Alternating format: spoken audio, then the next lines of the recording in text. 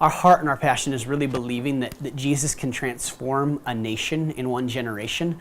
And sometimes when I say that, people think, is that really possible? And so we like to compare it to the story of South Korea and what we've seen happen over the last really 50, 60 years, the last generation in South Korea. And so if you look at South Korea 60 years ago, South Korea was coming out of a war.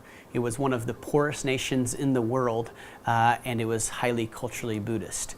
And so what's happened in the last 50, 60 years in South Korea is literally a nation has been transformed in one generation.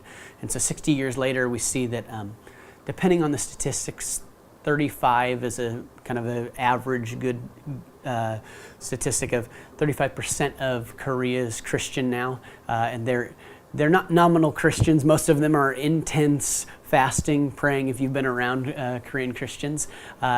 And as a large chunk of the population of South Korea has turned to God, God blesses nations that turn to Him. And so South Korea is now about the 10th wealthiest nation in the world. And then God tells Abraham, and He tells us, as we're blessed to be a blessing to others, and South Korea is doing that. They're now the second most sending of missionaries of any nation in the world behind the U.S., and they're a sixth of the population of the U.S. So if you want to talk about a transformation of a nation in one generation, South Korea is a great example, and God can do that. And so then when we look at Cambodia in the early 2000s is almost in the exact situation as South Korea was 60 years ago.